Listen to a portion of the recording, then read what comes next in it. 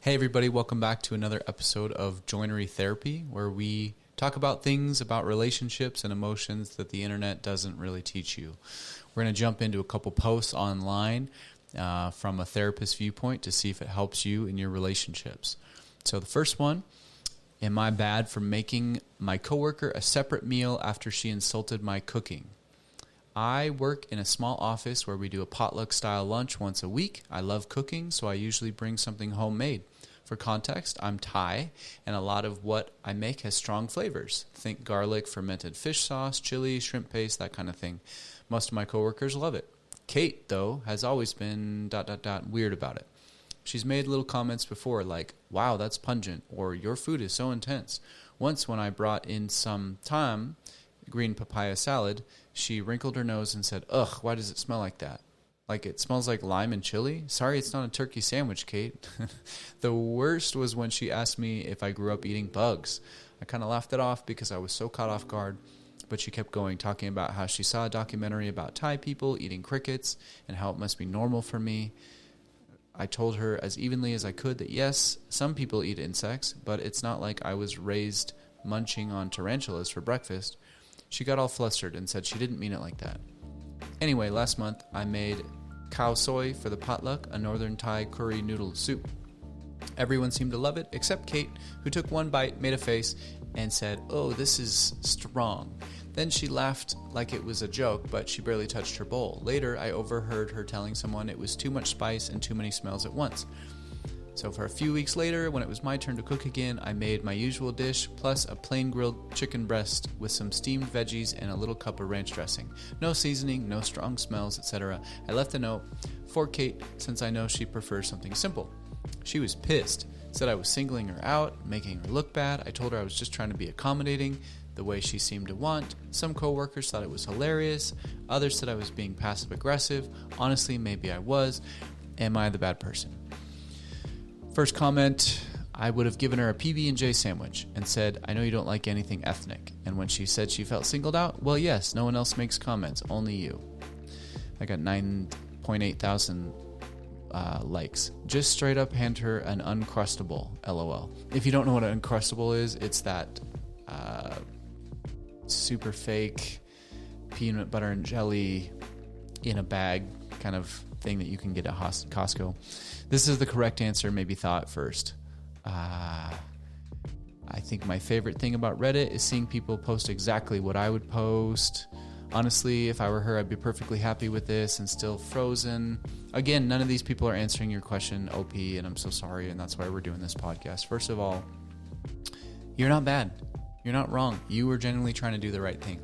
And here's where a lot of people get into trouble is you are a human being and Kate is a human being and you both have feelings and they are not mutually exclusive. Have you ever thought about that? This is really important. That you can... So often we think we do something wrong when someone brings up their thoughts or opinions or feelings. We immediately get defensive or feel that we have done something wrong. For example, this poster is going, should I have done something wrong? Am I doing bad like by cooking? No, you're Thai. You have a unique culture and it's awesome and everyone loves your food, and this person named Kate has her opinions about your food. It's sort of up to her to take responsibility to initiate with you to say, hey, I don't maybe like this food, or that's not my preference. That's what my wife and I try to teach our girls. That's not my preference. But clearly something's brewing. There's something going on behind the scenes. You're starting to feel like maybe she's judging you, or you're not comfortable being yourself around her, and that's a problem. And so something you can do is say, hey, Kate, can we talk one-on-one? I just noticed that when I cook, I seem to get a negative reaction from you, and I'm not sure how to support you in that. I mean, that's conflict 101, and that's what most of us are not really comfortable doing because we play through all the scenarios. What could go wrong? Oh my gosh. When really it doesn't have to be that way. It could just take 2 seconds. And you're still in the clear in this situation because now that you've tried to make accommodations for Kate, she's done a separate thing, and she's upset too. Perfect opportunity. Someone being upset does not mean you did something wrong. And what we are not taught to do is go, why are you upset? Well, I felt singled out. Like everyone in the office, I felt humiliated. Now, that's not true. You didn't intentionally do that or weren't trying to do that, but you can validate. You can listen to that, and you can go, oh, that makes total sense. Of course you'd feel upset. It felt like everyone else was on one side and you were kind of singled out and had this meal that no one else was getting and just for you. And I imagine it might have felt a little embarrassing.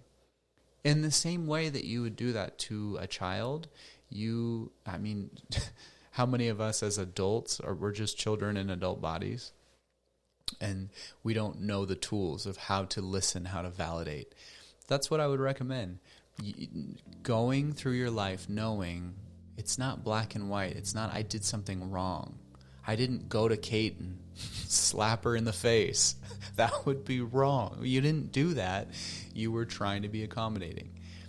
And it's an opportunity for conflict. And this is where I think we have to learn how to do conflict better. And conflict starts with listening and having an open mind. Going, Kate, we need to talk about this. I don't hate you, and I don't think you hate me, but there's something going on. Can we talk about it?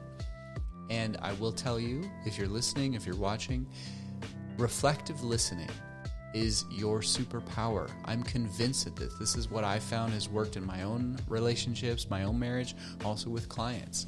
The ability to listen, no matter what is thrown at you. Most people don't know how to communicate accurately how they're feeling, and it comes out as you're bad, or you know, like this example, your food is too spicy, and it feels like an attack. And if you're not aware of it, you start to get defensive, and then you play the story. But if you can turn that around and practice reflective listening, what that looks like is, Kate's telling me a message about her story, her view of the world. She's feeling this food is too spicy. I will approach that with curiosity. Knowing I didn't do anything wrong, because the food is made from my own culture and it's amazing. And it's okay that not everybody likes it, but I could ask, you're telling me the food's a little spicy. What's that like for you? Because we don't know. Maybe Kate had a severe food allergy growing up and she's like has a bad experience with spicy food. We just don't know anyone else's story until we ask. And we get into trouble when we start to fill in the stories without asking. So are you bad? No, you're not bad. You were trying to be helpful. Are there ways that you can grow and do things differently? Yes. You can have that one-on-one conversation with Kate. Hey, can we talk? Can we talk on the phone? Can we talk, just 5 minutes? Something feels off, and I don't want it to be there. I like working with you. It just seems like there's this pattern. Something happens every time we do this meal. And then listen. And she says, well, your food is just too intense. Okay, now that's not true, obviously. A lot of people like it, but Kate is telling you how she feels.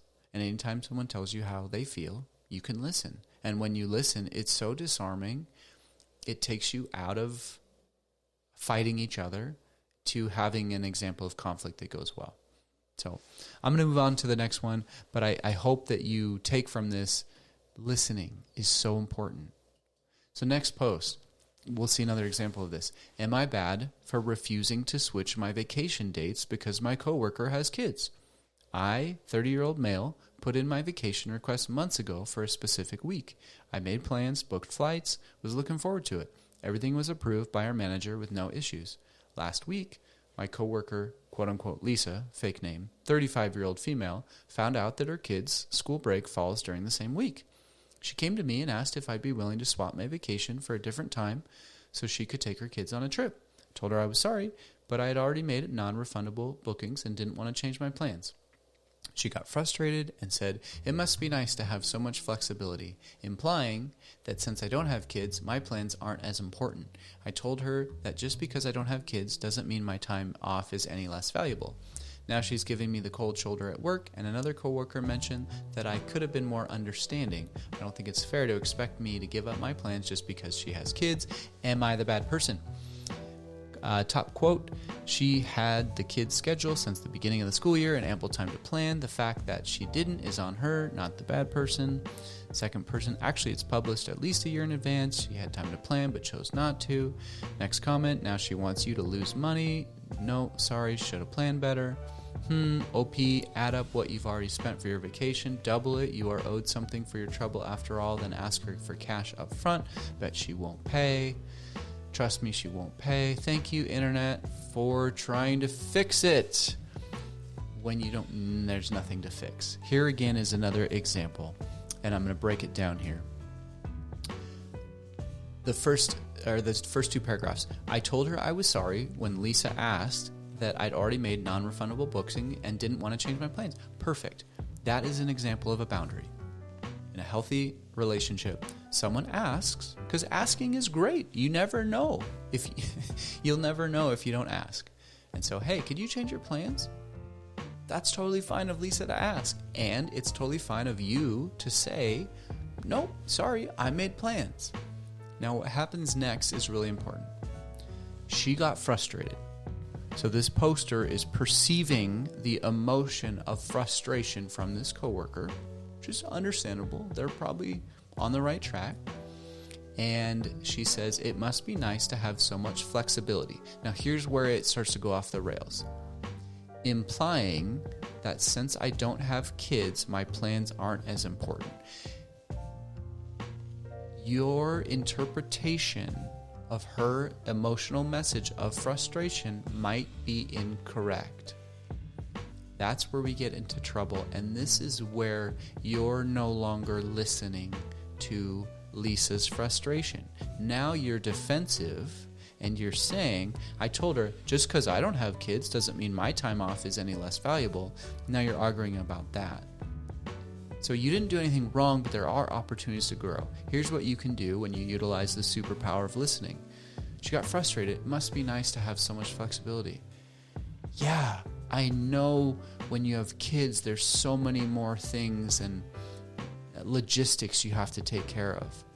Sometimes it can feel like you're just treading water. That's it. That's all you have to say.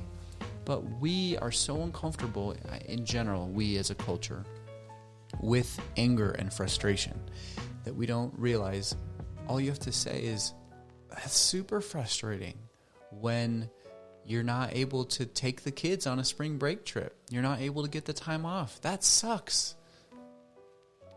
That's what most people need. She's a mom. She's got kids. She's trying.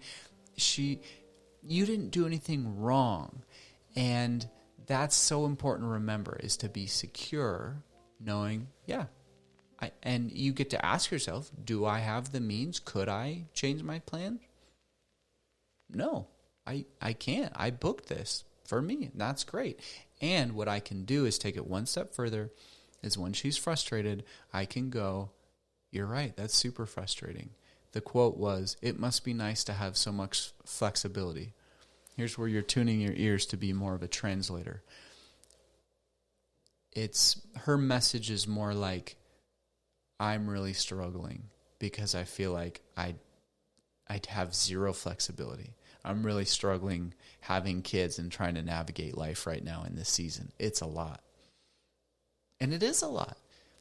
And this is where empathy is so important. And you may have heard me say this. We are taught that empathy is putting yourself in someone else's shoes, but that doesn't work. Here's why. If this poster, the original poster, put themselves in Lisa's shoes, they'd be like, what's the problem? I don't have kids. I would just change, or I'd make the plans.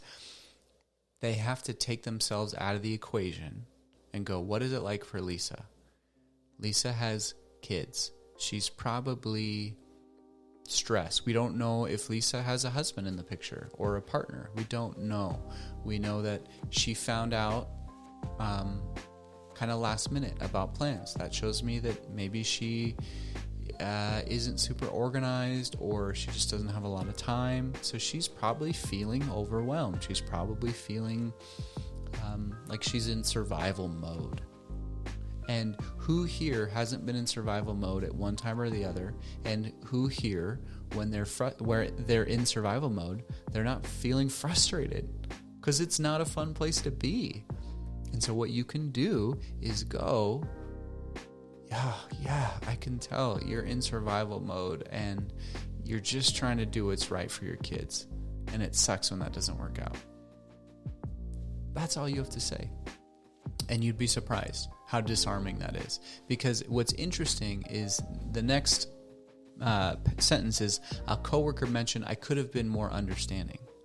Now that's insightful, because understanding doesn't mean you had to give up your plans, but maybe there was an empathy or an understanding of what Lisa was experiencing that she didn't feel. She didn't feel comforted.